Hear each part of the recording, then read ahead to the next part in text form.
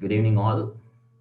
On behalf of the Training Hub Asia and Mindful Contract Administrator, I warmly welcome you to today's session. Actually, as you are aware, we are going to have a 4-day session within the coming 3 weeks as well. We are going to have within the same time. So we are going to spend some quality time in order to achieve 6 hours of CPD. And in fact, this managing risks in cost planning is a very important subject, very timely subject, because you are aware that there are a lot of uncertainties, unforeseen events which are happening around the globe.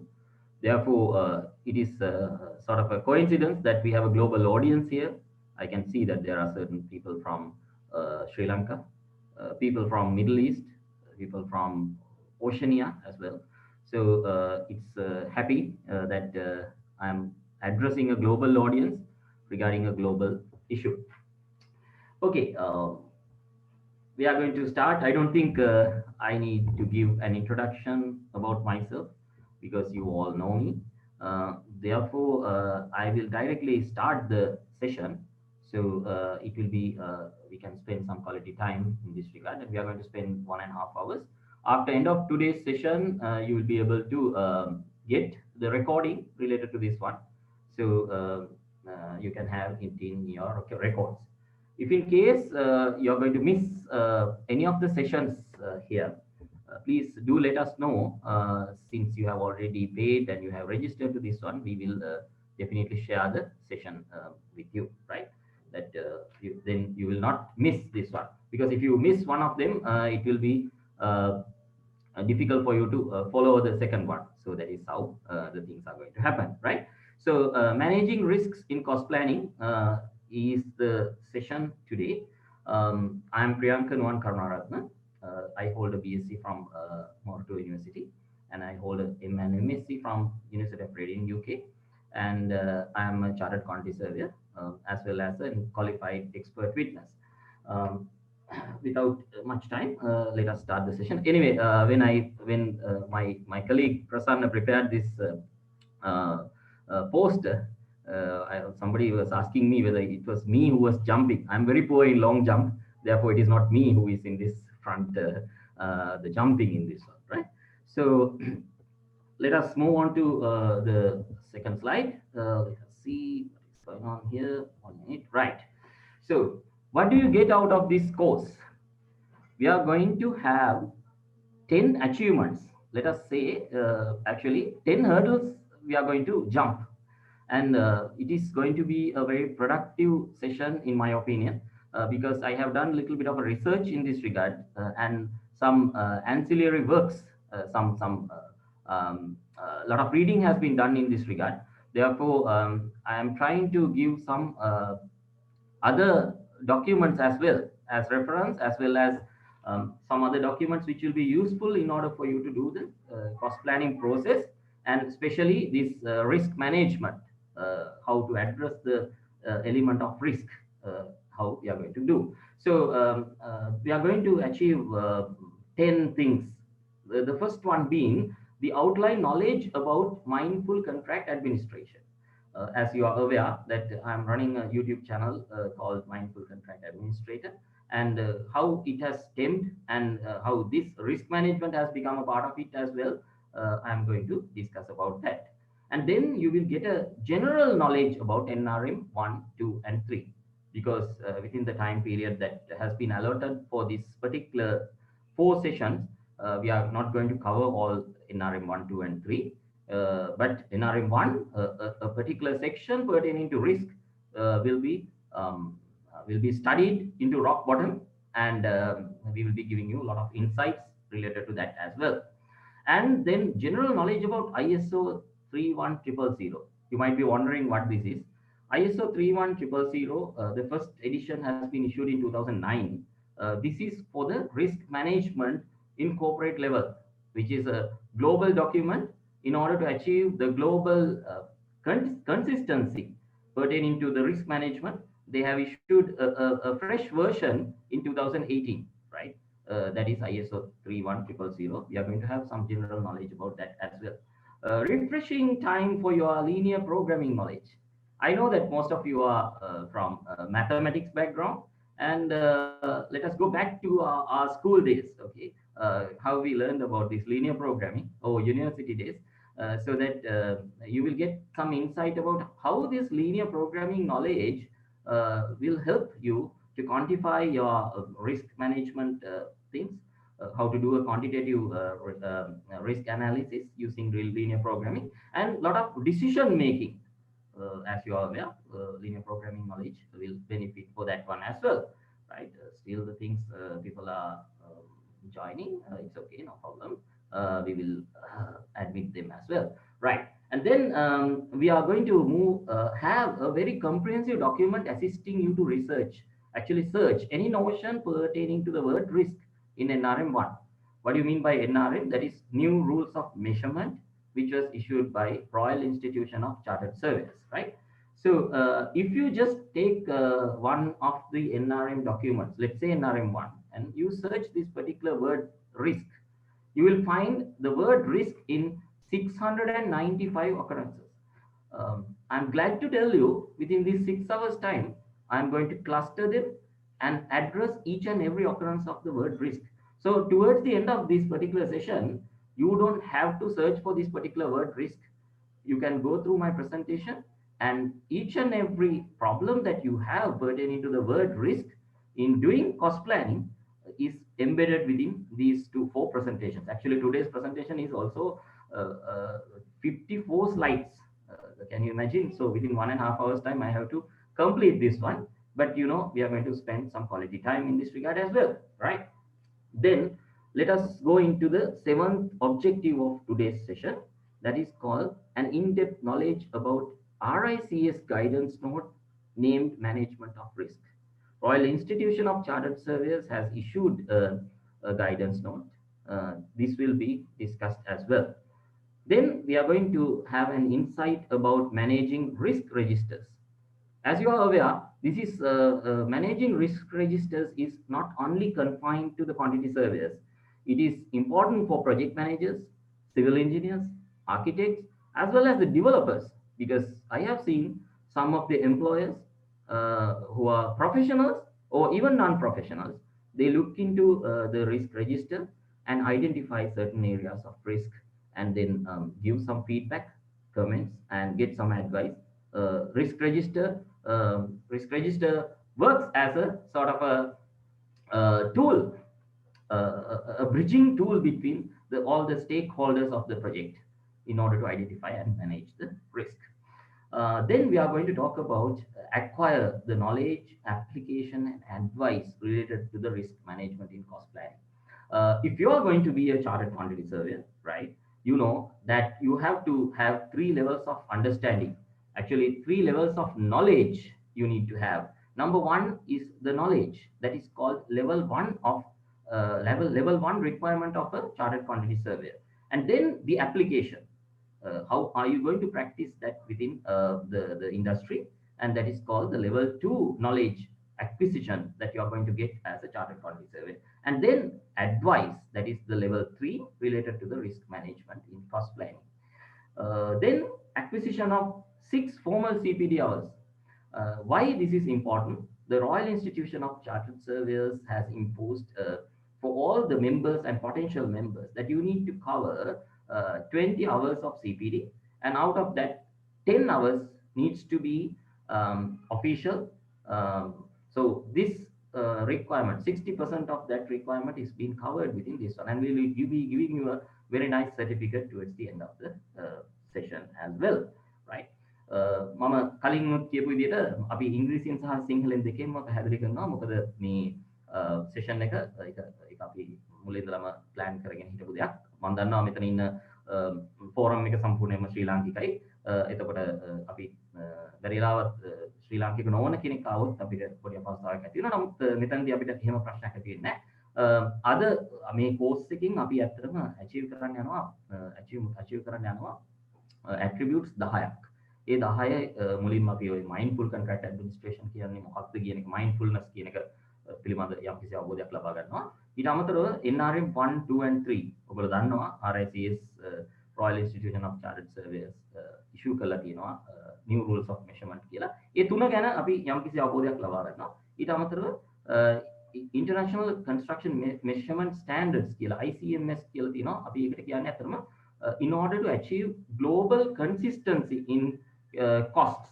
ඒ කියන්නේ ලෝකේ තියෙන හැම building එකකටම consistency එකක් තියාගන්න මෙතනදී try කරනවා මේ ICMS කියන standard එකේ. ඒක NRM 1 එකට පස්සේ issue වෙච්ච එකක්. අපි ඒක ගැන කතා කරනවා. ඊළඟට ISO 31000 ඒ කියන්නේ මේ ISO 31000 කියන්නේ මේ risk management සම්බන්ධයෙන් ISO ආයතනය විසින් නිකුත් කරන ලද ලියවිල්ලක්. ඒ ලියවිල්ල ගැනත් අපි යම් තාක් දුරකට කතා කරනවා. එතකොට linear programming knowledge එක අපි දන්නවා අපි ඔක්කොම ගණිතමය පසුබිමකින් ඇවිල්ලා තියෙන්නේ. එතකොට මේ linear programming knowledge එක අපි variables එකකට වැඩිය තියෙනකොට අපි කොහොමද decision එකක් ගන්නෙ, අපි කොහොමද optimum result එක ගන්නෙ කියන එක පිළිබඳවත් අපි කතා කරනවා. ඒකත් මේ session එකේ එක කොටසක්. ඊළඟට මේ session එක ඉවරුනාට පස්සේ මම ඔයගලන්ට මේ අවශ්‍ය කරන research එක මම කරලා ඉවරයි. ඒක නිසා ඔයගලන්ට කරන්න තියෙන අතරම මේ research මේ කරලා මම කරන presentations 4 ඇත්තටම මේ presentation එකේ slides 54ක් තියෙනවා. අපි හෙට වෙනකොට ඒක ඔයගලන්ට ලැබෙන්න සලස්වනවා. ඊට අමතරව ඔයගලන්ට ගොඩක් pre-read materials අපි ලැබෙන්න සලස්වනවා. මේ NRM 1 කියන ලියවිල්ල තුල risk කියන item එක tag 695ක තියෙනවා. මේ 695ම හරියට analyze කරලා එක clusters වලට කඩලා අපි compartmentalize කරලා මේ හැම තැනම මේ වචනේ තියෙන තැන අපි හොඳට analyze කරනවා. එතකොට ඔයගලන්ට නැවතත් ඔය risk කියන වචනය ගැන worry වෙන්න අවශ්‍ය නැහැ. මේ presentation 4 හරියට කියවුවොත් එහෙම ඔයගලන්ට ලොකු අවබෝධයක් ලබා ගන්න හැකි. කොහොමද මේ risk කියන element එක මේ cost planning aspect එකට අපි කොහොමද බලපාන්නේ කියලා. ඊට අමතරව in depth knowledge about RICS guidance note. RICS එකෙන් අපි හැමතිස්සෙම guidance note එකක් issue කරනවා. ඔයගොල්ලෝ වරලක් ප්‍රමාණ සමීක්ෂකයෙක් වීමට අදහස් කරන්නේ නම් අනිවාර්යයෙන්ම මේ කියන ලියවිල්ල මේ management of risk කියන ලියවිල්ල හොඳට අවබෝධ කරගෙන ඉන්න ඕන. එතකොට ඒකේ තියෙන attribute එකක් තමයි මේ risk register කියන එක. risk register කියන එක ප්‍රමාණ සමීක්ෂකයන්ට විතරක් නෙවෙයි project manager කෙනෙක්ට එහෙමත් නැත්නම් ඉංජිනේරුවෙකුට එහෙමත් නැත්නම් developer කෙනෙක්ට පවා මේ ඊටම වැදගත් වෙනවා මේ risk register එක කොහොමද භාවිත කරන්නේ කියලා. ඊළඟට අපි දන්නවා ප්‍රමාණ සමීක්ෂකයෙක් වරලක් ප්‍රමාණ සමීක්ෂකයෙක් බවට පත් වෙනකොට අනිවාර්යයෙන්ම ඔහුට හෝ ඇයට ලබා ගන්න සිද්ධ වෙනවා මේ levels 3ක්. ඒ levels 3න් එකක් තමයි knowledge. ඒක අපි level 1 කියලා කියනවා. ඊට පස්සේ application අපි කොහොමද අපි practice එකේදී මේක use කරන්නේ? ඒක level 2 කියනවා. ඊට අමතරව අපි තවත් කෙනෙකුට මේ පිළිබඳ අවබෝධයක් අපි මේකට කියන්නේ reasoned advice කියලා. නිකම්ම advice එකක් දෙන්නේ නැහැ. reasoned advice කියලා කියන්නේ අපි facts එක්ක දෙන advice එකකට අපි කතා කරනවා level 3 achieve කරනවා කියලා. එතකොට වරලක් ප්‍රමාණ සමීක්ෂකයෙක් වීමට ඔබට අවශ්‍ය කරන මේ risk management කියලා element එකට අවශ්‍ය කරන සියලු දේ මේකෙන් ලබා දෙනවා. ඊට අමතරව මේ CPD hours 6ක් cover වෙනවා. ඔයගොල්ලෝ දන්නවා RICS විසින් CPD hours 20ක් ගැන කතා කරනවා. ඒ 20න් 10ක් formal වෙන්න ඕන. ඒකෙන් 160ක් අපි මෙතන cover කරනවා. right. ඊළඟට අපි යනවා අපේ විනාඩියක් දෙන්න මෙතන මේ මම හිතන්නේ පොඩ්ඩක් වෙලා වෙනවා. හරි. right. Today's agenda, I am not going to repeat whatever has been done. Anyway, this is how the 4 days agenda is going to be discussed. However, what I am planning to do is I am going to distribute these 6 hours into equal portions of time. I did some sort of a estimation about this time allocation, and then I realized that I can cluster this into 14 sessions. So today I am going to talk about 5 sessions. Number 1 is introduction to mindful contract administration, and number 2 is introduction to RICS new rules of measurement. I am going to give a very outline about new rules of measurement, and then introduction to cost planning and risk management. Those are 2 different notions that goes hand in hand. They are quite complementary. We are going to talk about them as well, and then summary of NRM 1 approach to cost planning. NRM 1, that as I have told you, there are 695 places which this particular word risk is appearing. So let us see how we are going to discuss about that. And then measurement rules for risk in the order of cost estimating. Now, if you see the NRM 1, how it has been structured, it has got actually 6 sections. Number 1 is the introduction, and then part 1 is general. We talk about it as general. Then you might have seen part 2 it is specifically confined to order of cost estimating, right? And then the third one is the uh, cost planning. Then we are going to the fourth session, which is called elemental cost planning. And then the last one, which is called appendices, which involves a lot of important items pertaining to the risk management. So we are going to talk about the day one, we are going to talk about these five elements. Right. uh, those who have attended my previous seminars, you might have listened to this one, but I'm going to quickly brush up your knowledge about this. What is all about mindful contract administration? Now, as you are aware, that when you are climbing down the steps or when you are locking the door, right? Sometimes your mind is not there, right? You look back and see whether you're holding the handrail. Unfortunately, due to this COVID situation, holding the handrail is also deprived, right? So, however, imagine the fact that in order to avoid slipping, right, you need to hold the handrail. Now, the likes of PDO, that is Petroleum Development of Oman, it is a house rule in the Petroleum Development of Oman that you should hold the handrail when you are climbing up or down a stair. So when you are locking the door, sometimes your mind is somewhere else, right? So that is why you look back or you come back and see whether the door is locked. So mindful contract administration is all about three spheres. The first sphere is about the mindful control of the contract administration, right? So mindful control, how we are going to do that? Like a ship has been retained through ropes, okay? The first four letters of these particular attributes can be compiled or lumped into the word called rope, right? Which is the rights, obligations, penalties, and efficiency related to the parties to the contract. So this is something about the mindful control of the contract administration. Let us go into the next element of this one. That is called mindful coordination in contract administration. That has been lumped up into the word called the pact. The pact is something that we are entering into.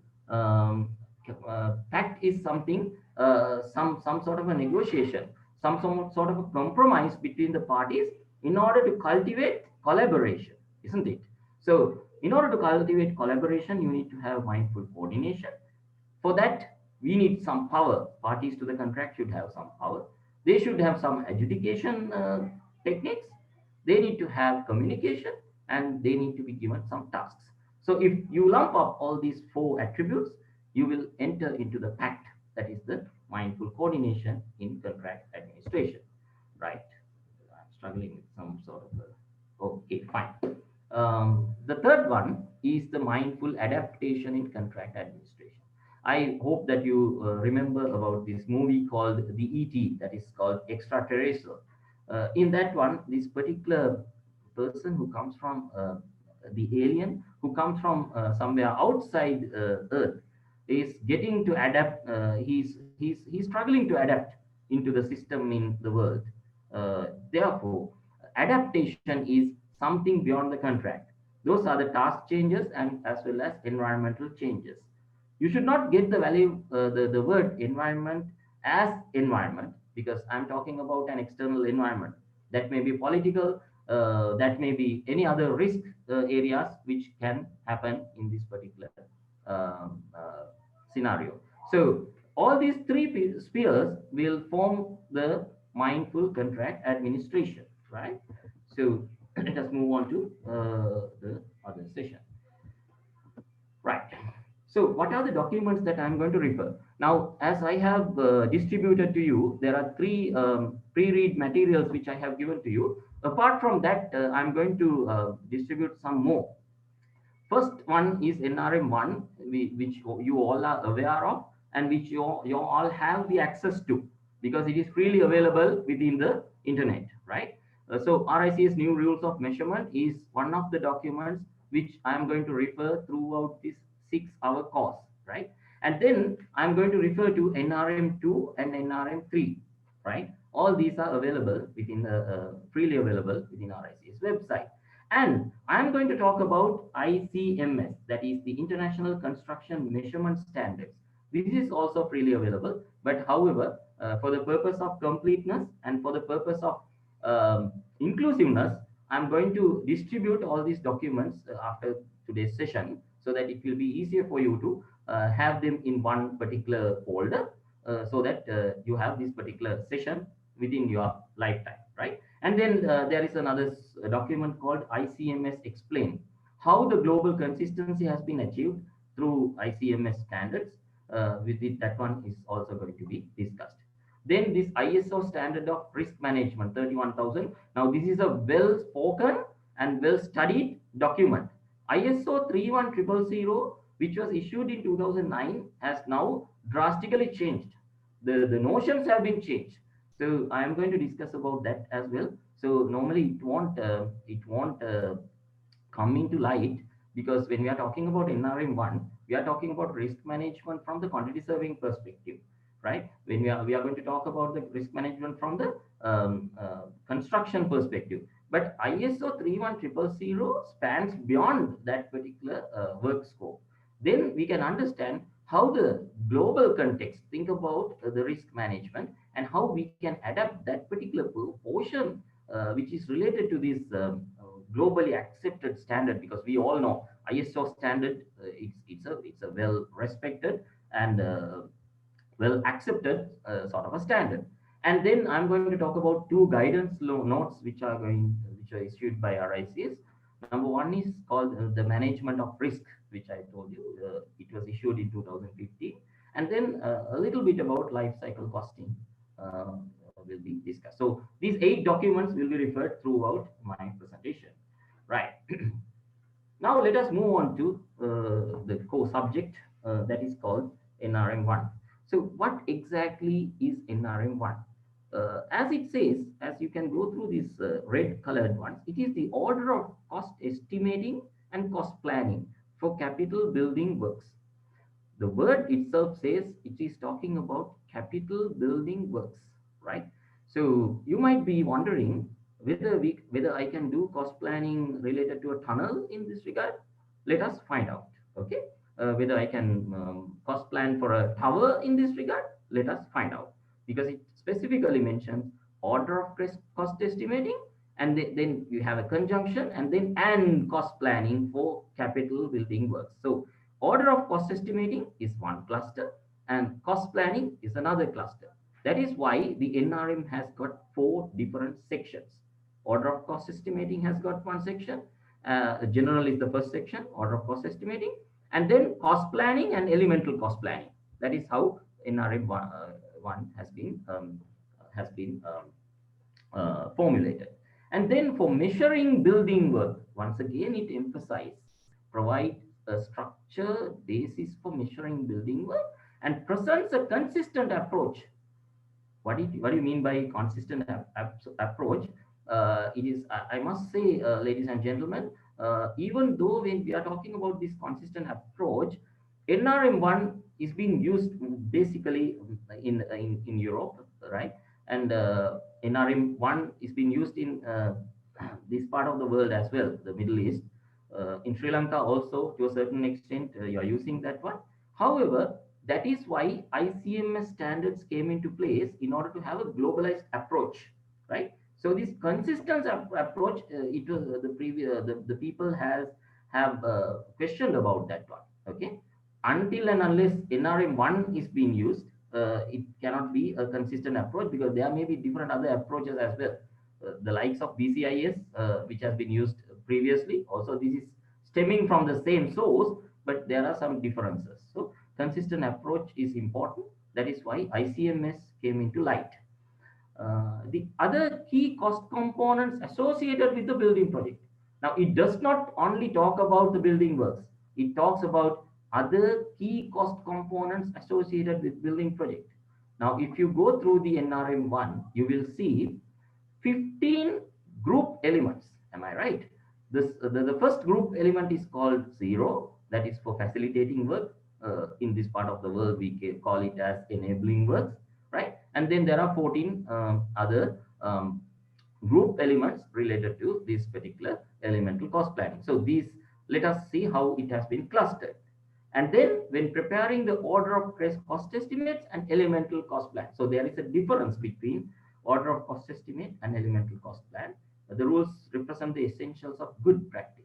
So good practice means which is being practiced by the professionals and which is being proven as a as an effective way of addressing this thing. Right. Now let us look into these group elements. You will find this particular portion within the section 4 of RICS NRM 1. Okay. So section 4 is meant for elemental cost planning. We are going to talk about it towards the last session. Yes, the last session. The third session, we are going to discuss about that. But I'm going to give you a little bit of an insight about what I meant in the previous one. Capital building works and other key components associated with the building project. So this is how this has been clustered. You know, when you build a building, you need to do some facilitating works. Am I right? You may have to do some strengthening of the soil. Okay, now you know that in most of the areas in Colombo, we find that it is difficult for us to do construction using shallow foundations, right? Because some areas are marshy, some of the soil components, some of the characteristics of the soil are not that strong. It doesn't have the sufficient soil bearing capacity in order to accommodate the weight of the building, right? So actually, my first project was the postal complex building after I graduated. So it was closer to that Nelum Kuluna, you know that one, right? It's a 10-story building. We had to do piling to a depth of 10 to 15 meters, and we did pile tests over the overnight, right? We had to do a lot of things. So these facilitating works is related to the group element 0. So this is the other key cost. Now you can see if I move the cursor here, other key cost components associated with the building project, right?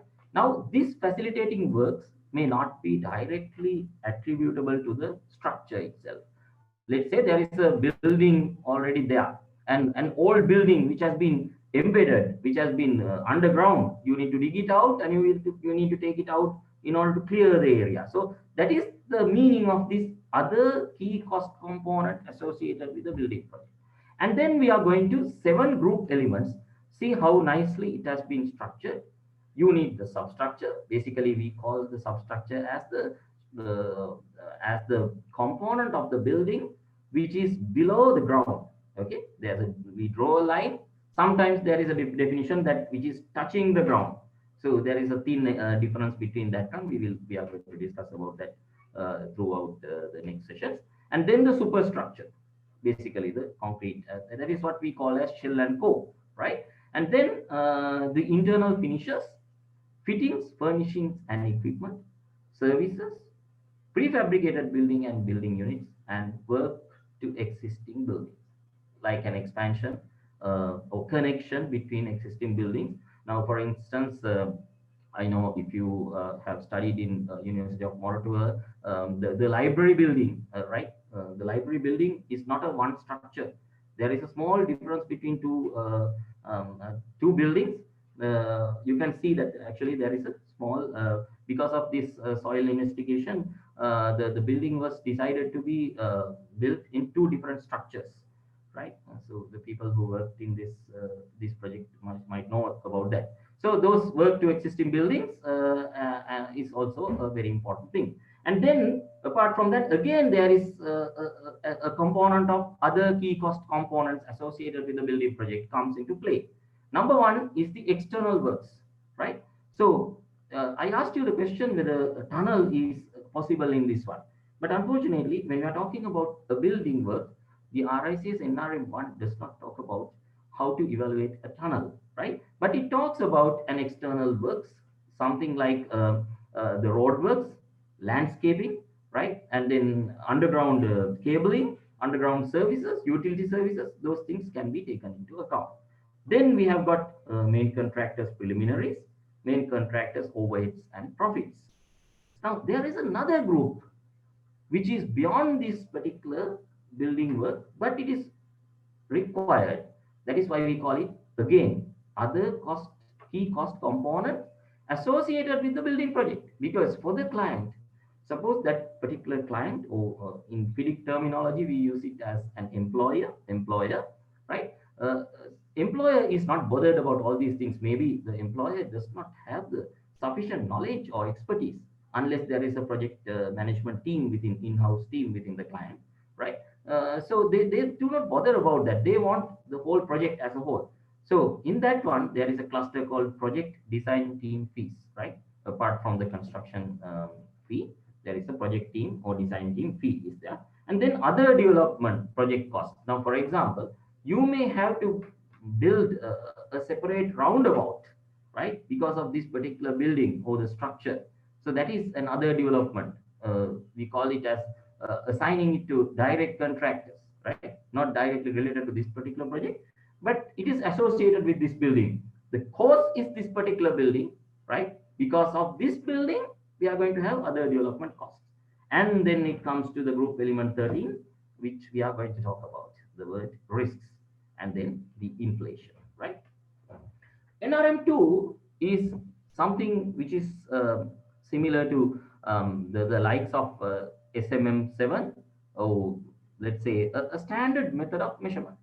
I hope you might have heard about the POMI, that is in this part of the world, it is widely being used. In Sri Lanka, I think it's hardly used. You are using, I think, SLS 573, right? Anyway, in this part of the world, we are using something called POMI, Principle of Measurement International, which is a very simple sort of a, it is not thick as well, right? It's very less number of pages is being used.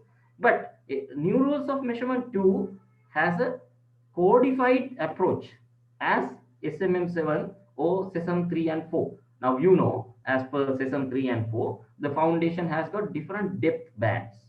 I hope that if you had an opportunity to go through one of my videos, which is called Extended Cost Value Reconciliation, I discussed about that, because under POMI description, we are going to talk about excavation as a whole.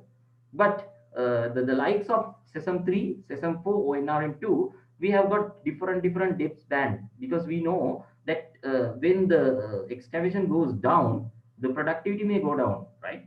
So because of that, it is more appropriate to give different rates to different depth bands.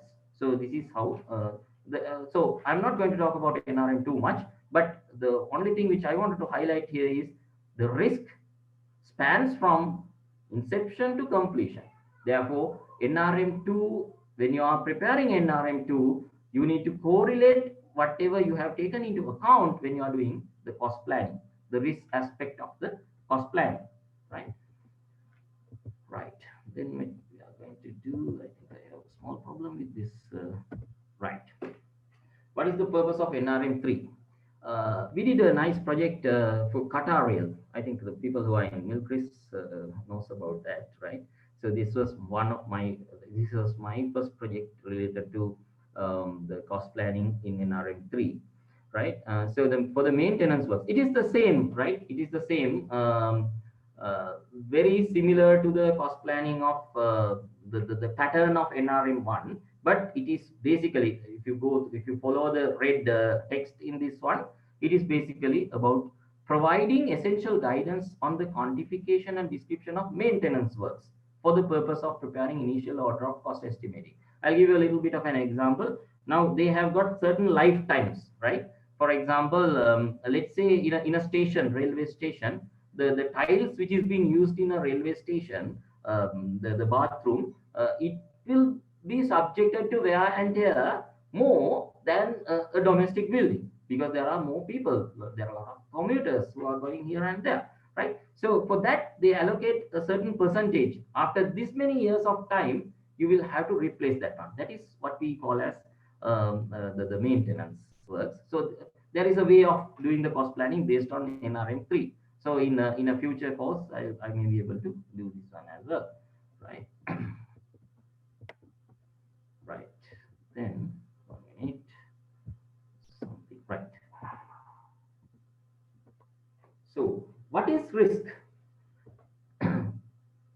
I'm going to talk about 10 terms which appears within NRM1. You will frequently find this particular terminology. just think about them and let me know whether just think to yourself in order to understand whether it rings a bell to you, right? The word risk itself appears within about 100 odd places. I have done the analysis in this regard. The word risk allowance appears maybe more than 200 places within the NRM1, right? Then we have something called risk registered slash log. Then there is a word called risk free estimate. Then there is a word called risk estimate. Something called residual risk is also there. Design development risk is there. Construction risk is there. Employer change risk is there. And employers other risk is there. හරි මම කලින් කියපු විදිහට අපි දැන් කතා කරා NRM 1 2 3 වල use එක ගැන usage එක ගැන ඉතින් සරලව සිංහලෙන් කියනවා නම් අපි NRM 1 එක භාවිත කරන්නේ cost planning වලට NRM 2 එක අපි භාවිත කරන්නේ BOQ preparation වලට NRM 3 එක අපි නැවතත් cost planning වලටම තමයි භාවිත කරන්නේ හැබැයි maintenance works වලට එතනදී අපි NRM 1 එක ගැන තමයි වැඩිපුර focus කරන්නේ එතනදී මේ වචනය risk කියන වචනය මම කලින් පැහැදිලි කරපු විදිහට 695 තැනක තියෙනවා. ඒ 695ම අපි ක්ලස්ටර් කරුවා මේ terms 10කට. ඒ 10 ඇනලයිස් කරපු විදිය කොහොමද ඒක හොයාගන්නේ? ඒ ඔක්කොම මේ අද ප්‍රසන්ටේෂන් එකේ තියෙනවා. එතකොට ඔයගොල්ලන්ට ලේසි ඒ සම්බන්ධයෙන් කතා කරන්න. right? එතකොට මේ employer change risk එතකොට අපි මේ අන්තිම හතර ගැන කතා කරද්දී අපි නැවතත් යනවා එතකොට design development construction risk employer change risk and employer other risk මෙන්න මේ හතර ගැන හොඳට මතකයක් තියාගන්න right ඉතින් අපි යනවා නැවතත් මේ definition of risk කියන එකට right now we are going to move to the word called the definition of risk now this is based on the managing risk element of RICS which talks about the definition of risk like this a risk can be identified as an uncertain event or circumstance okay so it is something probabilistic. It is something not definite. That we are using certain words in English language, right? You may say it may rain today, right? It might rain today, and then you are saying it will rain today. So this is the probability. When you are saying it will rain today, that means based on the meteorological data. In some countries, the meteorological data, there's a joke that, you know, in some countries, that when the meteorological department says it is raining, it is not raining. Okay. So it is the opposite, right? One of my batchmates told me one day, "Mata hitane ka neveyi, mege anith eka," like that. Okay. So anyway, this uncertain event or circumstance is something like we are not clear about what exactly this is, right? Now, for instance, this COVID-19. When COVID-19 erupted, at the time of cost planning, right, you're not sure, you're not aware of the fact whether you can transport some laborers. Suppose you plan to have some laborers, right? You think that this particular contractor, maybe it is a huge project. By looking at most of the reputed contractors in the market, you understand this particular contractor will not be able to accommodate this many number of staff. So you assume that these people should come from outside.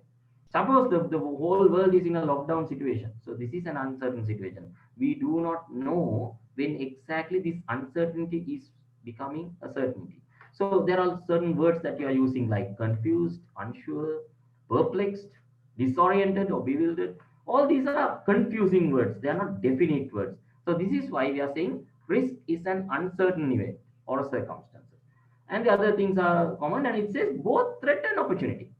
I'll tell you why the risk is not now, because the word now is there. So the construction specialists or the risk managers point of view has substantially changed over time.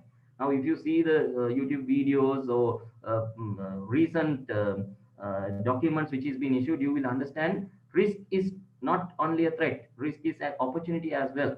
Now, for example, you will think that the steel price may go down in future because of the lack of demand in the construction industry. There's not a construction boom, that therefore there is a sufficient work front is not there, the people will want to sell them in order to have the market share, like which has already happened within this what do you call oil producing countries. You might remember what has happened during the recent past.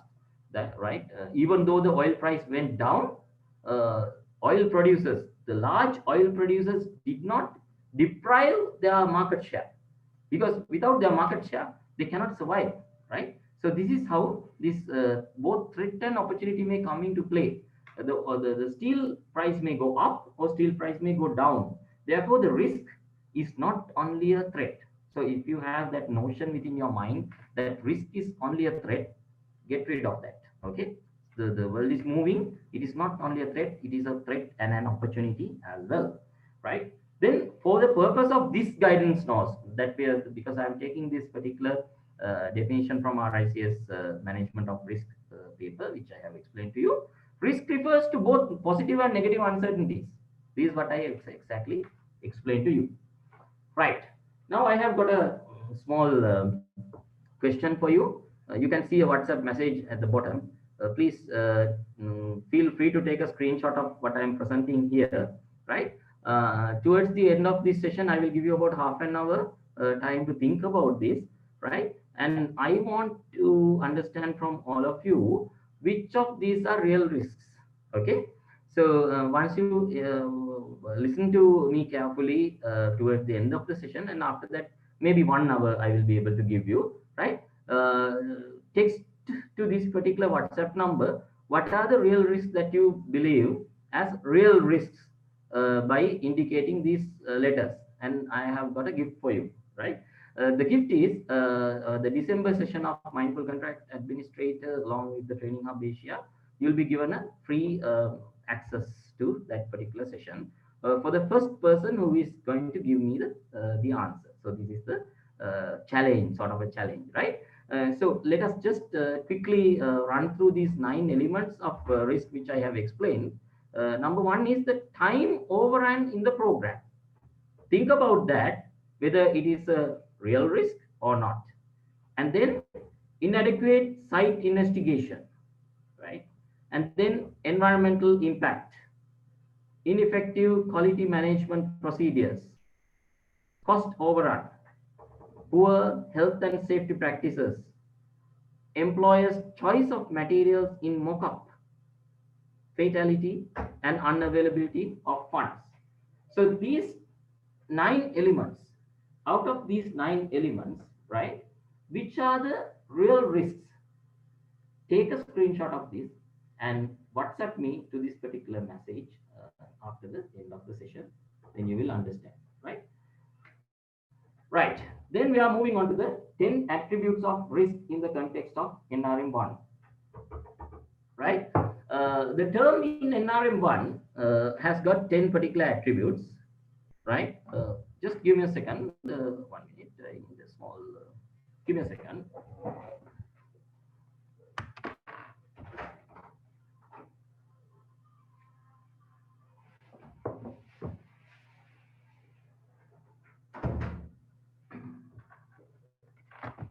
Sorry about that. Right. 10 attributes of risk in the context of NRM1. I told you I have found lot of terms, okay, lot of terms which is appeared within the NRM1. All these places, all these occurrences of the word risk has now been compiled and clustered into 10 compartments. Number one is the word risk itself. Number two is the word risk allowance. Number three, risk register slash log. Risk-free estimate, risk estimate, residual risk. Then those 4 risks which I told you to keep in your mind. Design development risk, construction risk, and the employer change risk and the other risk. As you can see here, right, the percentage of occurrences vary within the NRM1 document. You can see 64% of the word risk is coupled with the term risk allowance. So you should give high priority to this one. It's like that you're doing an A-level paper in a maths problem or something like that. The question is, let's say, fourfold, and the first part you are saying out of 20 marks you will be getting 10 marks, other three you will be getting 3, 4, or 3, something like that. So first you are concentrating on those three, right? The first one, right? So like that, the word risk allowance appears within 443 places of the NRM1. The words like risk-free estimate appears only two times. Right? Risk-free estimate, whenever there is the word risk-free estimate, it says base cost plan. Within brackets, it says that is risk-free estimate. So base cost plan is without the risk that you are doing the cost plan. We are going to talk about it in depth, right, within this presentation, right? And then we are going to talk about the other substantial part is construction risk. Now you may be aware of the fact. Now, if I move the cursor here, these four types of risks, the most number of appearances comes in the construction risk. It is like that you speculate within your cost planning stage that you have a risk, right? But when you come into the real scenario only, I still remember when I was trying to struggle to swim, my swimming instructor pushed me from the deep end, right? Then only I realized the gravity of the situation, right? Like that, construction risk is when you are really working on this particular thing. Then only you are going to have these tangible things. You are going to touch, you are going to feel the cost related items. Oh, tomorrow it is going to be raining, right? What are we going to do, right? So the oil prices are decreasing at the construction stage. What are we going to do, right? So all these things from the cost planner's point of view, during the design stage, it's hypothetical. It's like a dream that you are visualizing what is happening in future.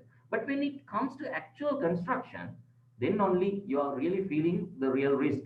That is why the risk register, when it comes to the construction stage, it becomes very dynamic. Okay, right. So moving on to that one. So this is how the word risk related terms have been clustered into the 695 places, this magic number.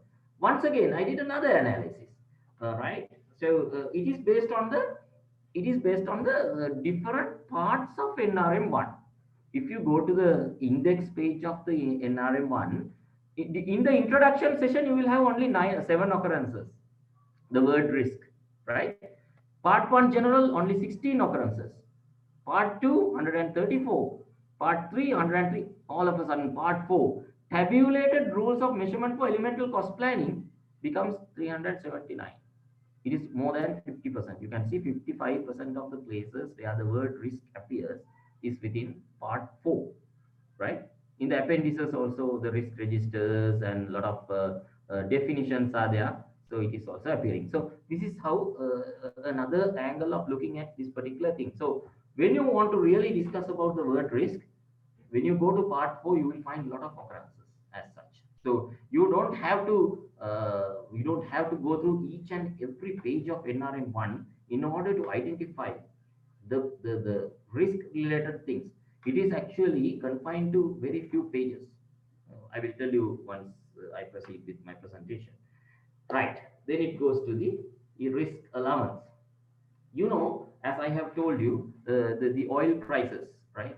In Sri Lanka also, it is, you can see that the fluctuation is not that sort of high, low fluctuation, but in the likes of Oman, right? We have enjoyed a consistent price of oil for a long period of time, but due to the recent changes, recent drop down in the oil price, it has gone down. Therefore, it became a fluctuating factor. It became a risk because it is uncertain, as I have told you. Right now, then it goes to these uncertainties. Right, uncertainties like COVID-19. We all know by till March, we thought it was only a problem of China. Am I right? Okay. We were just thinking that the coronavirus is it's like a Chinese man. Okay. But after some time, the whole world realized drastically COVID-19 is a global problem. That is why it has become pandemic. The word pandemic stems from the word epidemic. When an when an epidemic has a passport, we call it pandemic. So this is a real risk. Okay, it is an uncertain situation. It created a lot of uncertainties. How we are going to evaluate that one? That is important. Most of the people who enter into this particular market, they identify how can we quantify a risk, because it is not tangible, right? Isn't it? Like we can price for a block, cement block, we can price for excavation, we can price for concrete, but how can we price risk? It doesn't seem to be sensible, right? But the good news is, yes, there is a way of quantifying the risk that we are going to learn during the next forthcoming sessions, right? So we call it the quantitative risk analysis.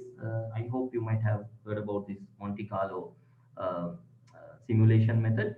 And there is something called qualitative risk analysis as well. So it's like you are doing a research, right? You are giving a monetary value to the risk. You are giving a quality value to the risk. So both aspects are there. Let's see how it goes.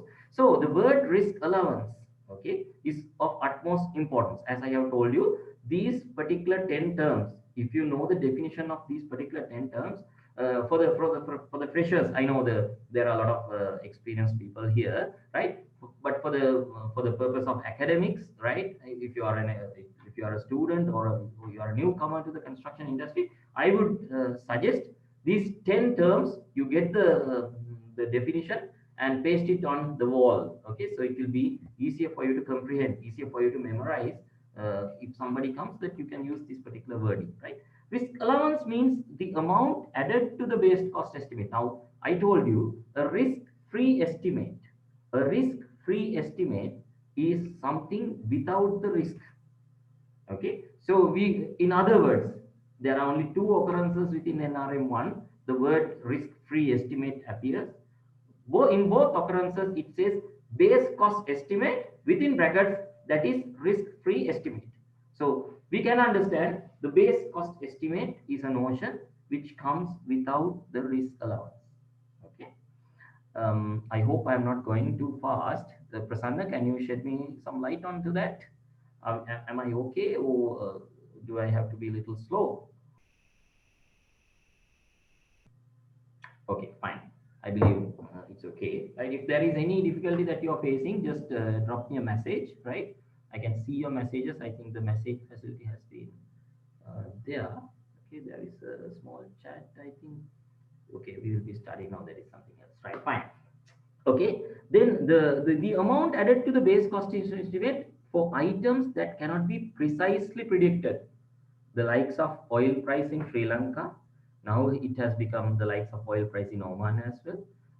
To arrive at the cost limit. Now the one of the very familiar terms within your terminology comes into the play. Okay, so I had to spend about a lot of slides in order to come to something which is tangible to you now. All of you understand, right? I'm sure that most of you understood whatever I said. But the word cost limit is you know about this particular word cost limit, right? So what is associated with the word cost limit, right? Cost limit is something that, like, you have a bar, right? You know that when you are entering into a tunnel or something like that. Sorry, I'm facing a small problem. Right, okay. Cost limit is something like that. When you are entering into a tunnel, it says no vehicles above the height of 2 meters cannot enter. So it is like the cost limit. That is the client's budget, in other words, right?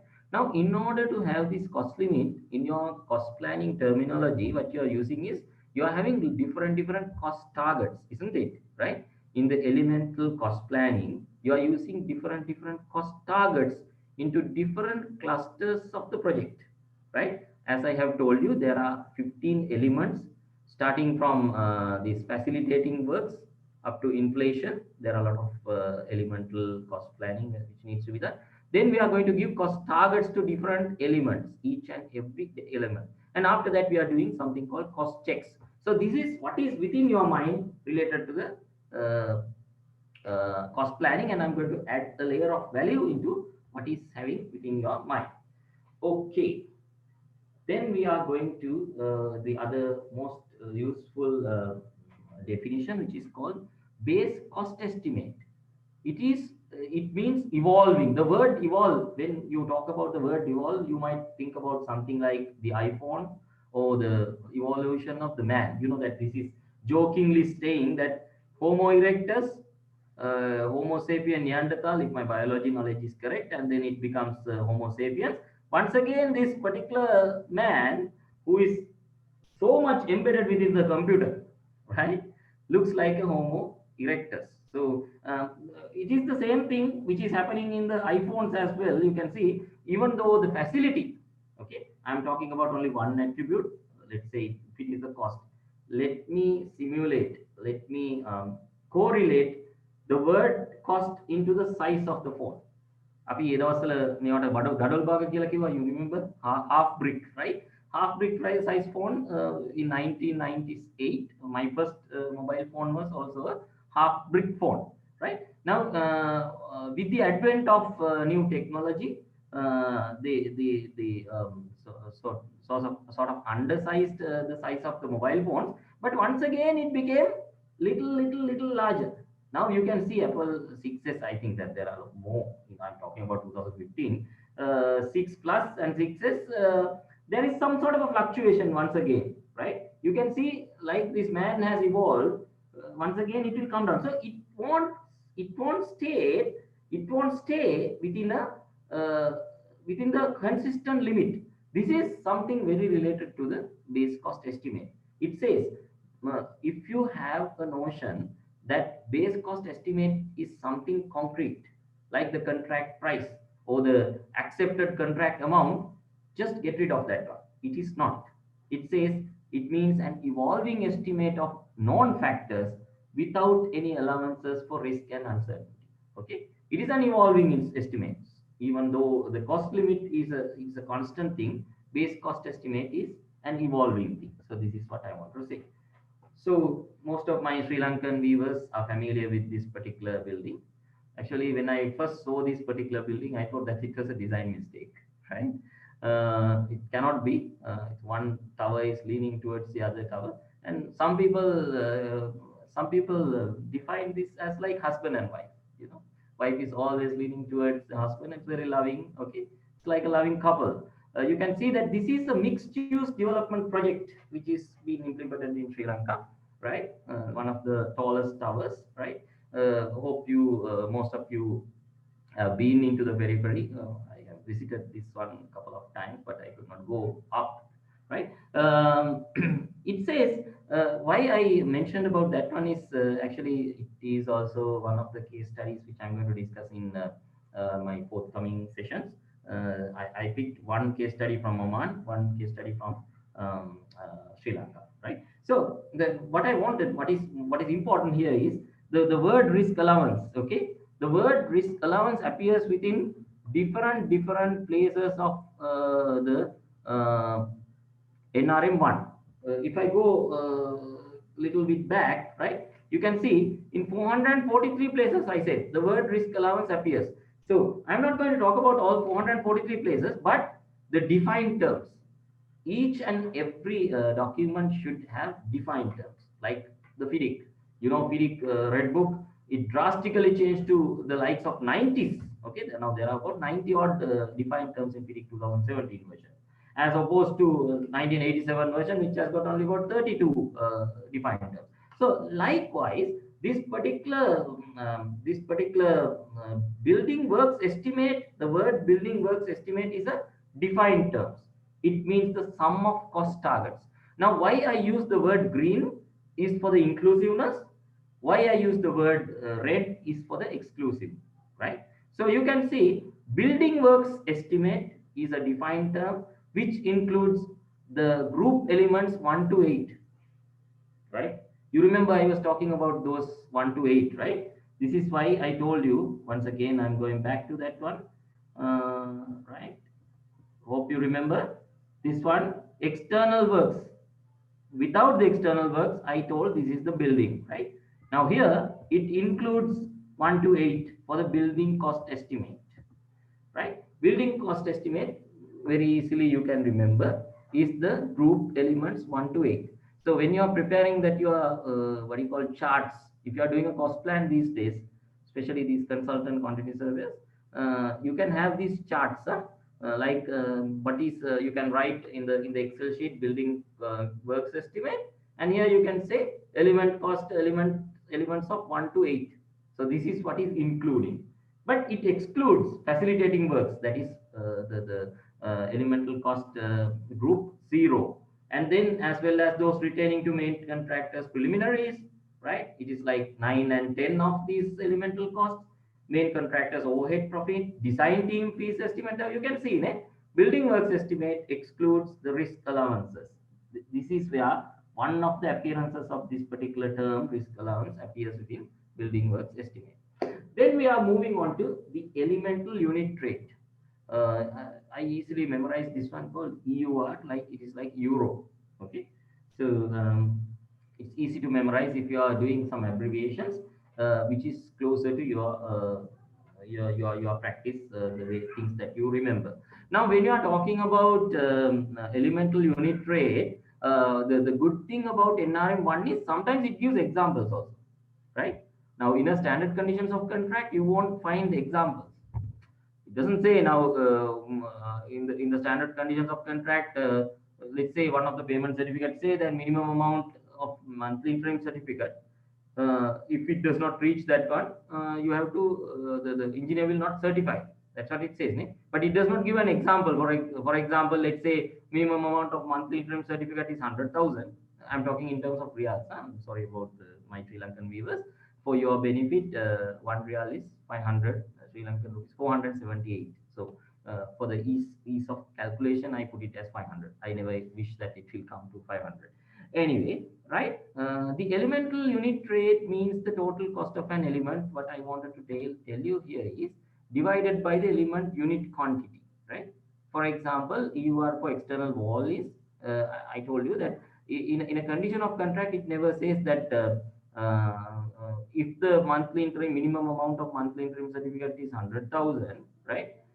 If it is 95,000, the engineer should not pay. That sort of examples are not being embedded within standard forms of contract. But NRM1 is quite user friendly. You can see, right? It says, for example, EUR for external walls is the total cost of external walls divided by the this much of external wall. Now, the quantity survey should possess the technical knowledge, like what are the external wall materials. Now, I did not mention here about concrete, precast concrete, but if you're talking about the types of bricks, there are about 5 types of bricks that you can mention here. Number one is fly ash bricks. Then the red bricks, you might have seen if you have gone for your graduation to UK, most of the British countryside buildings, the houses have been built based on red bricks, right? And then CLC blocks, AAC blocks, that is autoclaved aerated blocks, and solid concrete blocks. So these are the types of external walls. Now, from a cost planner's point of view, you should understand what is the material cost of this one, what is the risk element related to this one. Now, for example, AAC blocks. Now, in the likes of, I think my Dubai viewers, the viewers from UAE, AAC blocks is not a new thing to them. But for Oman, I remember in 2014 we did one of the projects, mixed use development projects, which is called Russell Hamra Development Project. In that particular project, the specified type of block was AAC blocks, autoclave aerated blocks. The autoclaved aerated blocks, the good thing about that is it is larger in size than the solid concrete blocks. You know that from your simple mathematics calculation, it needs about 12.5 solid concrete blocks in order to cover 1 square meter, right? So autoclaved aerated blocks, even though you are seeing something like cubes here, it is some quite large ones are there. You need only 6 autoclaved aerated blocks in order to cover 1 square meter of blocks, and it is lightweight. Believe me, it is very lightweight. It is like even a child can lift that one, right? And then its thermal capacity, when you're comparing that with the solid concrete blocks, its thermal capacity is of very high. So when you're talking from overall perspective, what is the risk in procuring AAC blocks? To a country like Oman, we don't know whether there is any sort of restriction in transporting. What is the tax which is going to be imposed, right? Because you know that in Oman they are going to impose tax from 2021 onwards. So there are certain risks when you are doing the cost planning. But the other side, flip side of the coin is the AAC blocks is lightweight. Therefore, the overall weight of the block work, right, will give less load into the structure, so that the your structural element size may go down. The engineers who are practicing structural engineering, they know about that. Even the quantity surveyors should know about this, because uh, construction technology, you have to have the knowledge up to the third level, that is advisory level. But it does not necessarily mean that you should know the what do you call, the design elements of that one. But at least you should know how it is working, what is the methodology, and what are the types of construction materials which is being used. People who are having experience definitely do have a very in-depth insight about that. I'm talking about the fresh graduates who are entering into the market. They should know about these things. The other thing is the thermal capacity. You know, AAC blocks thermal capacity is high. Therefore, overall cooling load which is required for the building to sustain, right, may go down, right? So that is also giving you a economical design. So the point which I'm making here is, right, the elemental unit rate includes all the cost of materials, labor, plant, subcontractor preliminaries, subcontractor design fees, and all, but it excludes the risk allowance, right? So you have to keep in mind, when you are arriving at an elemental unit rate, your risk allowance is not there, but it will come separately in a different manner, right? This is how this is happening, right? Still struggling with this. It, please, okay, bear with me, right? Then the CLC blocks we are talking about. Uh, these are the five types of bricks.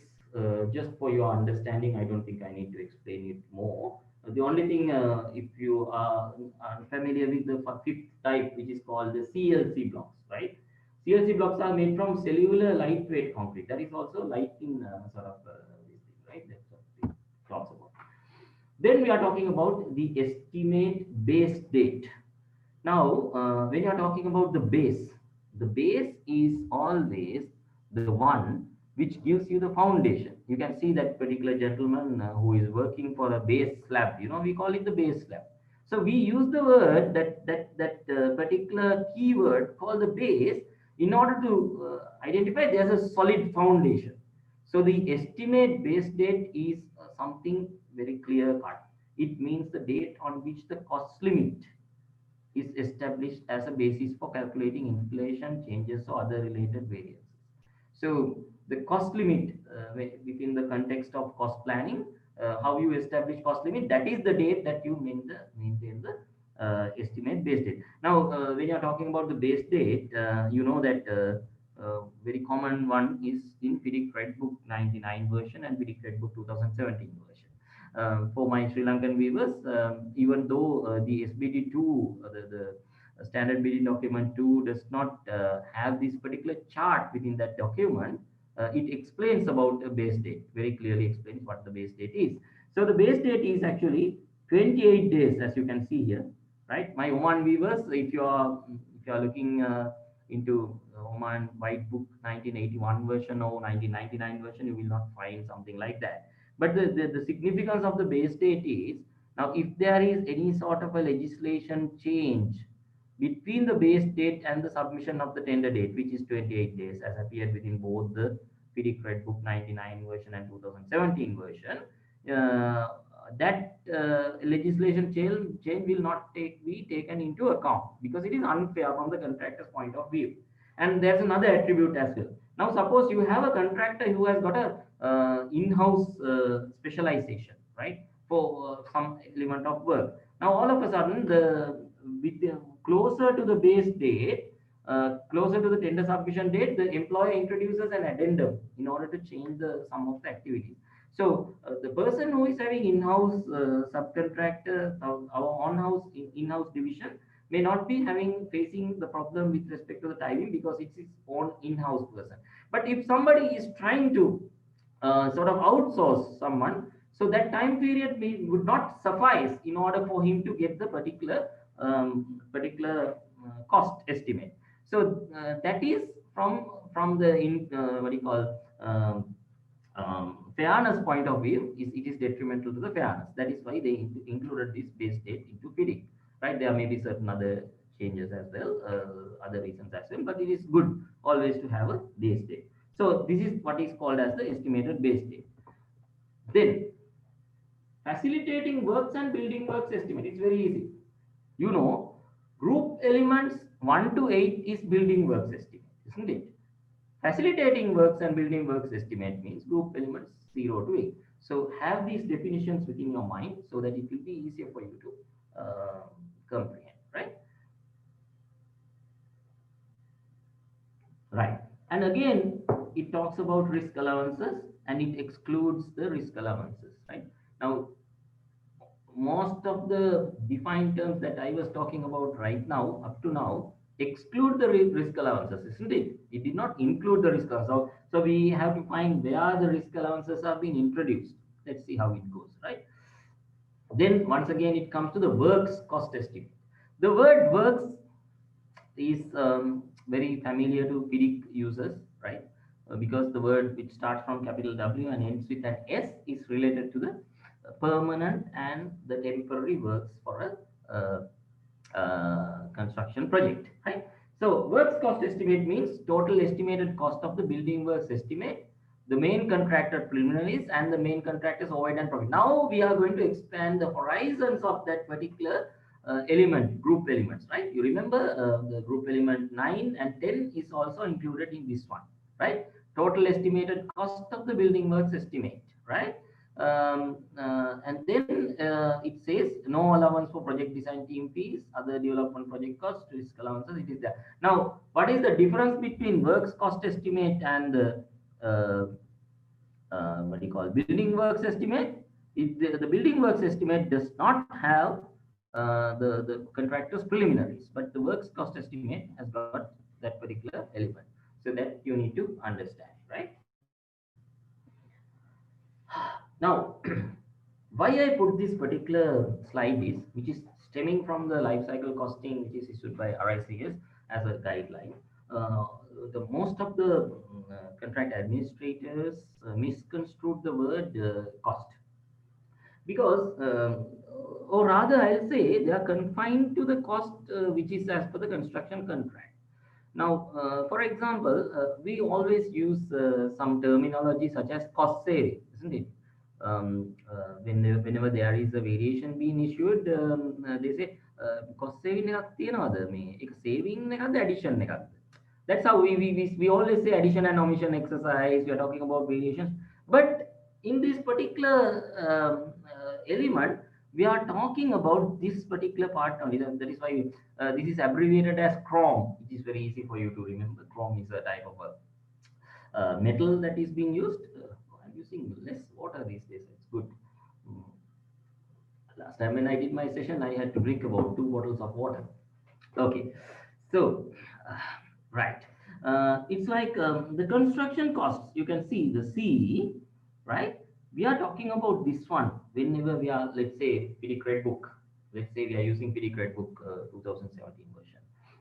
We are talking about the construction cost, but there is a whole lot of other types of costs which may have to be taken into account when you are doing, especially the cost planning, right? From the life cycle costing point of view, from the value engineering point of view. Now, value engineering is one of the essential elements where the quantity surveyor should go in line with the engineer. Now, it's like quantity surveyor's involvement in the beginning of the BIM, building information modeling. uh, if the quantity survey is unable to comprehend how the beam has been developed, sometimes based on the standard method of measurement that he is using, right? The beam may not be useful. Okay, it's like referring to a research paper which is written in Spanish. Okay, if you are doing a research, you know that that particular research may have been done within another language because you are unable to comprehend that particular language. Okay, but if it is in English only, you know that this particular area has not been explored. The researchers find that difficult sometimes. The same findings have been done in a different language. So it's a area. Actually, it's a risk. Okay. Now, likewise, um, what we can say here is, right, when we are talking about this particular word cost, when you are doing the cost planning, you should think about this particular slide which is appearing within this life cycle costing of RICS. It is not only the cost that we are talking in the construction project. So that is important that we need to understand. Again, risk allowance is the context of NRM1, right? Then I spoke about that. Then the word risk register and the log. It appears with it only within the 18 occurrences within NRM1. It is very easy for me to explain towards the latter part of this particular seminar. I will show you how the risk register or log is being implemented, how these approaches like the Monte Carlo simulation and the probability and the occurrence likelihood probability, how this blends together and how do you do a quantitative risk analysis as opposed to qualitative risk analysis. We are going to discuss a little bit about that because as I have told you before, it is not tangible for a fresh quantity surveyor when he is being assigned to do the task of cost planning. What actually is meant by the cost of the risk? This is what one of the ideas that I wanted to embed within your mind. So this is also there. Right. Then the risk register log in the context of NRM specially appears within these appendices. You can see some of these are the appendices which appears within NRM1. So in that one, the risk registers is there. Just put it for your benefit. Right. මේ දක්වා අපි අත්‍තරම කතා කරේ මේ අර risk allowance කියන එක කොහොමද මේ appear වෙන්නේ කියලා මේ thank කීපයක. ඒතකොට අපි defined terms පහක් හයක් ගැන කතා කරා. මම quickly මේ ගැන go through කරොත් එහෙම සාමාන්‍යයෙන් මේ risk allowance කියන terminology එක NRM 1 එකේ තියෙන defined terms වල base cost estimate කියන එකේ building works estimate කියන එකේ appear වෙනවා. ඒක exclusion එකක් හැටියට තමයි appear වෙන්නේ. building works estimate කියන එකේ. ඊට අමතරව element unit rate කියන එකේ exclusion එකක් හැටියට තමයි risk allowance කියන එක appear වෙන්නේ. ඊට අමතරව estimate base date කියලා එකක් තියෙනවා. ඒකෙදිත් අපි risk allowance එක ගැන කතා කරනවා. ඊට පස්සේ අපි එතනදි කතා කරන්නේ මේ cost limit එක දෙන date එකට තමයි අපි cost limit කියන්නේ. නමුත් එතනදිත් කියනවා මේ exclusion එකක් ගැන. estimate base date එක එන දවස වෙනකොට අපි මේ cost limit එක decide කරන්නේ risk allowance එක නැතුව. හරි? ඊට අමතරව අපි කතා කරනවා facilitating works and building works කියන defined term එක මේ කළු තද අකුරෙන් තද පැහැදිලි අකුරෙන් මම දාලා තියෙන්නේ මේ defined terms නිසා. NRM 1 එකේ තියෙනවා introductory session එකේ ඒක ගැන. එතකොට මෙතනදිත් මේ facilitating works වලත් මේ risk allowance කියන එක අයින් කරලා තියෙනවා. හරි? මේ ඔක්කොම ටික යන්නේ එක තැනකට මොකද්ද? අර elemental cost planning කියන එකේ ඇයි group element 13 කියලා එකක් දාලා තියන්නේ? ඒ මොකද මේ risk එක අරගෙන නැත්නම් ඒක duplicate කරනවා. අපි ගොඩක් වෙලාවට සමහර දේවල් duplicate කරනවානේ. ඒ duplicate කරන එක නැති කරන්න තමයි මේ risk කියන එක අපි වෙනම අරගෙන analyze කරලා තියෙන්නේ. right? ඊට පස්සේ අපි මෙතනදී කතා කරනවා ඒ ටික ගැන තමයි කතා කරන්නේ. Now we are going to talk about the order of cost estimating. Now, most people have a confusion about whether the order of cost estimating is a cost plan or not, right? It is the determination of possible cost of buildings early in design. Because if you go to the front page of NRM1, how it defines is RICS new rules of measurement, order of cost estimating and cost planning for capital building works. That is what it says. So if order of cost estimating and cost planning are the same, they would not have used the two names, right? So simply order of cost estimating is not cost planning. It says it is the determination of possible cost of building. It is like some sort of a guesstimate. I cannot say it is exactly a guesstimate. It is half guesstimate, half estimate, because some of the things that you have a lot of assumptions at that stage, early in the design stage. This is what you can see from this one, right? In relation to the employer's fundamental requirements. So this takes place prior to preparation of full set of working drawings or bills of quantities, and the forms of initial build-up of the cost plan process. So, order of cost estimating is required in order for the employer to understand where do we stand. එතකොට මම මේක සිංහලෙන් විස්තර කරනවා නම් මේ order of cost estimating කියන එක tool එකක්. අපි භාවිත කරන tool එකක්. ඒක ගැන අපි ඉතා විශාල වශයෙන් කතා කරනවා part 2 එකේ. දැන් ඔයගලන්ට NRM 1 එකේ part 2 එක refer කරොත් ඔයගලන්ට තේරෙයි. ඒ part 2 එක සඳහන් කරලා තියෙන්නේ measurement rules for order of cost estimating. එතකොට මේ measurement rules ගැනම measurement rules 12ක් තියෙනවා මේ order of cost estimating වල 2.15 එකේ. ඒ 12ම කතා කරන්නේ කොහොමද order of cost estimate කරන්නේ. ඒ measurement rules 12 කියන්නේ මම කිව්වේ risk එකට විතරක් measurement rules 12ක් තියෙනවා. ඒ 12 ගැන අපි පසුවට කතා කරන්න පුළුවන් වෙයි අපිට. ඒක අපි ඊළඟ session එකේදී ඊටාම in depth කතා කරනවා. right. එතකොට මම නැවතත් කියන්නේ NRM 1 එකේ පළමු පිටුවේ සඳහන් වෙන පරිදි order of cost estimating and cost planning කියලා කියන්නේ දෙකක්. order of cost estimating කියන එක අපි employer පොඩි guideline එකක් දෙනවා. දැන් අපි example එකකට ගත්තොත් අපි වාහනයක් ගන්න කිව්වොත් එහෙම මෙන්න මේ જાතිය වාහන කොයි වගේ ගණන් වෙයිද කියලා කිව්වොත් ඔයගලන්ට කියන්න පුළුවන්. right. මට ගොඩක් වෙලාවට මේ ඔමාන් වල price වලින් තමයි මට කියන්න වෙන්නේ. දැන් ඔයගොල්ලෝ දන්නවා the jeep එකක් ගත්තොත් එහෙම jeep එකේ prices vary වෙන කරන් 7000 ගියයි 12000 ගියයි 16000 ගියයි. ඒ වගේ එක එක ගණන් තියෙනවා. ඊට පස්සේ අපි Toyota වාහනයක් ගන්න ගියොත් එහෙම අපිට කතා කරන්න පුළුවන් ඊට වැඩි අඩු ගණන් වල ඉඳලා කතා කරන්න පුළුවන්. අර ඒ වගේ පොඩි අයිඩියා එකක් දෙන්න තමයි මේ order of cost estimating කියන ඒ tool එක හදලා තියෙන්නේ. ඒක හරි important දෙයක්. In order for the employer to decide whether he is going to proceed with this sort of a idea or he can change it. That is why it is included as early in the design stage. Right. Then as I have told you, this is appearing within the cost estimating, order of cost estimating, close to 4.1. That you can see lot of defined terms which are used, like the likes of facilitating works estimate. What is that? That is the zero of the elemental cost. I told you that there are 15 elemental cost clusters that we are talking about. Let me give you the correct terminology. We call them group elements. Okay, group elements 0 to 14 are there. That means altogether 15. Right. So facilitating works estimate comes under group element 0. Now, in the order of cost estimating, we are having a rough idea about what it is. And then when it comes to cost planning and elemental cost planning, it is evolving, right? It is evolving. How does the risk place here? It comes at a later stage. We are not talking about facilitating works estimate, the risk related to that one, right? Risk allowances, we are going to discuss about that separately. You remember during the first part of my session, I told keep an eye about 4 different risk estimates. What are they? Design development risk, construction risks, employer change risks, and employer other risk estimates. So these 4 are the ones which is being added towards the end of the base cost estimate. And I told you, right?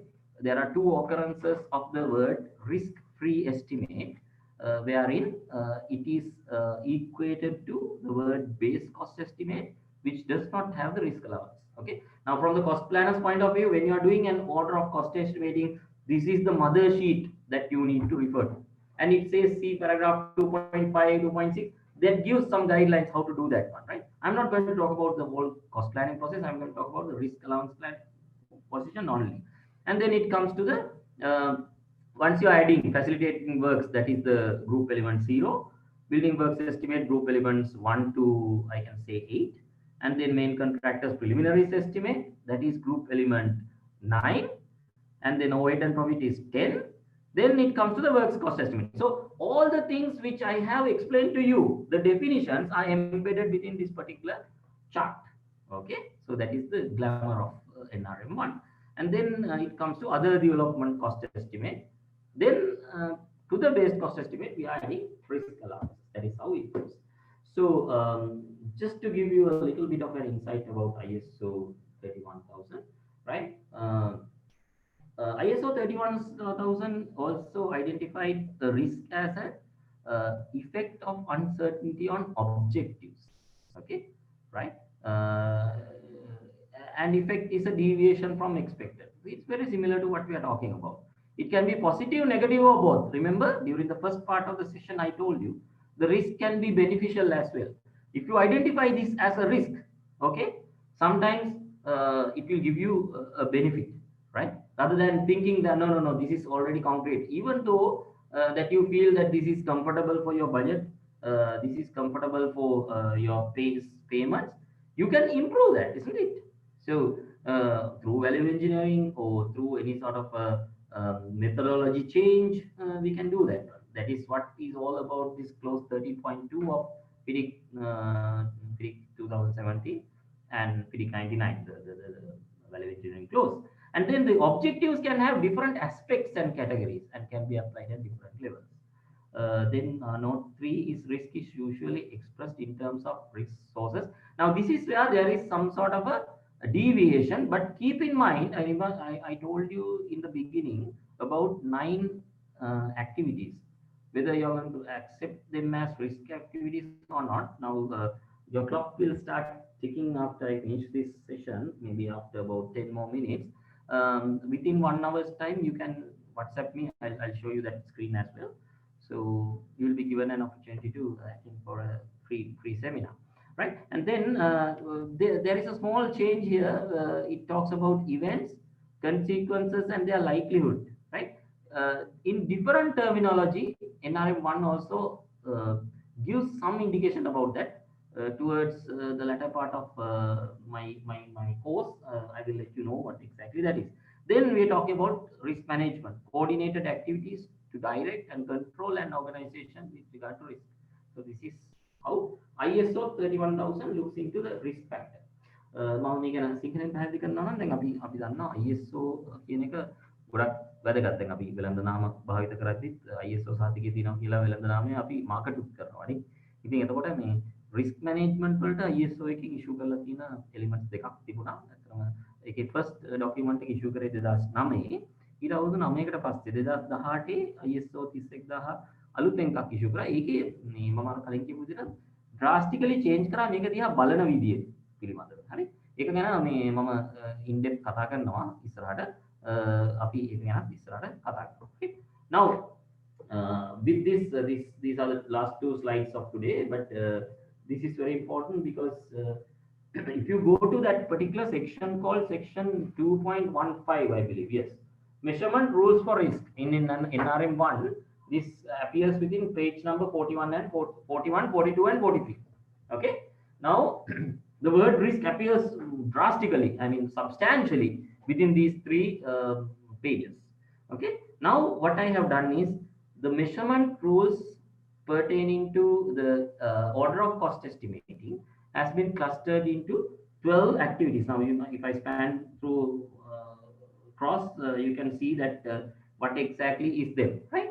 So if I go ahead with that, I have given in a brief, and I'm going to explain all these clauses in detail in the next session, okay? So that you will understand exactly what it is. Number 1 attribute is, this is in 2.15.1, it says management of risk involves 4 activities. What is? Identification, assessment, monitoring and control. Now it is something similar to ISO 31000, but see, in order to memorize this one, I realized that it is like an AMC. AMC means annual maintenance contract. IAMC. Now I belong that one, right? So I personalize that one. IAMC. This is one of the ways that I am. There's a message in the chat. Okay, now there's a question, right? Then I'll answer this question. Right. I will answer these questions. There will be a question and answer session because it's good that you ask these questions. I'm going to note them down and I'll give you a very comprehensive answer towards the next sessions, right? Then number 2 is identification, assessment and monitoring and control. And then risk response is 5-fold. Okay, avoidance, reduction, transfer, sharing and retention. Now risk avoidance is something very it is sometimes not advisable, but sometimes you may have to do that one, right? Now, for example, if you feel that something is not workable, right? You have to dump that one, right? Now, I hope you remember that there was a movie, Sinhala movie called Sikura Hate, right? You remember that the father was a matchmaker, okay? The father, before he comes home, he looks at the flag at the entrance in the gate, and his daughter was the one who is putting the red flag and the green flag. Okay, if there is someone who the matchmaking was not good, oh, the daughter puts the red flag, then the father doesn't reach the home, he's going somewhere else. So this is avoiding, the risk. You are avoiding the risk of hitting by someone, right? And then the area is free. That the road is very long. Actually, it was one of my favorite actors. That is Vijayananda Siri, right? Brilliant actor, sadly passed away. He was the one. The green flag is there, means they're risk free, so that he can enter. Then the girl's mother is saying, "Mela me pochi guard kenek wage ratu flag ekai color flag එක දාලා ඉන්නවා මීලා මට කසාදයක් කරලා දෙන්නේ නැහැ කියලා." Right? Because father is a matchmaker. Anyway, so this is how the avoidance. Now we are going to discuss about the risk avoidance, reduction, and transfer, retention. All these five in very detailed depth in future, right? Prasanna's face is appearing. That means 1.5 hours is gone. Give me about 5 more minutes so that I know that you are all tired as well. Um, uh, but definitely we'll be sending you these slides as well, so that you can go through them. Some pre-read materials I'll be sending. So the third item is the limit of information to full information, right? If you go to the third risk rule in this risk, it says x to 0. Whenever there is a full information received, there is no risk. Okay, so that means if something, now for example, if you order a package, okay, until the package comes to you, you have a problem. You feel that it will not come to you, right? But the once, as soon as the package receives, you said that everything done and dusted, full information received, therefore the risk percentage is 0. The other one is the risk allowance is not a standard percentage. Okay. Now it's like if you see the FIRIC 2017 version regarding the profit, during my last session, I spoke about that. If the profit is not included, okay, it says it has to be considered as 5%. It says within the base data of FIRIC 2017 version. But risk allowance is not a standard percentage. You cannot just say that during the last project we put it as 5% and this one also should be 5%. No, it is not like that. Risk allowance is a very dynamic one. It is project specific, bespoke, I may say, rather, Eva, right? Then categories of risk are fourfold. This is what I told you: design development, construction, employee change, and employee other. So I call it as the alphabet CDE. This is how I memorize those things. And number two, I put it as arts retention. Arts means avoidance, reduction, transfer, and sharing. ARTS. Then retention as it is. So if I memorize the word arts retention, I know what are the risk response, five-fold risk response, right? And then we are going to talk about there is a measurement rule for group element 13. It talks about the list of typical risks. Even though we are fully analyzing the list of typical risks within the group element 13, it mentions as one rule here. Right? The problem here is okay. Fine. Then items 7 to 12 are also appeared within the NRM1. You can go through them. I will discuss about those 12 items separately, and then this is what I have to say and to the session regarding the session today. Let me just go back to my previous session. Now the time in Sri Lanka is, I think, now 8:47, if I'm not mistaken, or 8:37. You can use this particular sheet and give me the responses to the WhatsApp message, WhatsApp number which I have given you. What are the real risks out of these 9 elements? So this is what I wanted to tell. Take a screenshot within 1 hour's time. You can send me The first correct response will be given a free seminar, right? So this is what I have to tell about this. And then once again, I'm coming back to the what do you call uh, the day two, right? Actually, day one, there are certain things. I talk about summary of NRM1 approach to cost planning, measurement rules for risk in cost order of cost estimating. We went up to that one, but I did not discuss the measurement rules in depth. There are 12 measurement rules. I gave a summary of them as well. So in day two, I'm going to attach. I'm going to do some sort of a introduction regarding that one, and we are going to cover three more areas. One is the measurement rules for risk in cost planning. Okay, that is actually appearing within the section 3 of the part 3 of the NRM1. Then introduction to ISO 31000 will be happening next week, that is 14. Management of risk, RICS approach. Oh, there's a space between C and S. I don't know why it has happened. Okay, something to do with the quality control, right? And then I'm going to do RICS approach in knowledge, practice, and advice. Actually, that is the RICS guidance note which has been issued. We are going to talk about Monte Carlo simulation as well. Oh, I did another spelling mistakes. I need to correct it. I think right. So you will be receiving this presentation by maximum by tomorrow, right? And then there was one question, and I will respond to that question during the next session, right? I have made a note of that one due to time restrictions. And then that's all about it today. Hope you have enjoyed the session. Prasanna, you want to say something? No, thank you very much, all of you. We'll distribute the note and the video link tomorrow. Whoever couldn't participate, there are a few people couldn't participate due to some other reason. So we'll send them the link as well. Also, whoever, if anyone wanted to join for the next session, please tell them to join so they can follow this video link and follow the other 3 lessons online real time with Priyanka. Thank you very much, and all of you have a good night, and until meeting next week. Thank you. Thank you very much. Have a nice evening, all of you.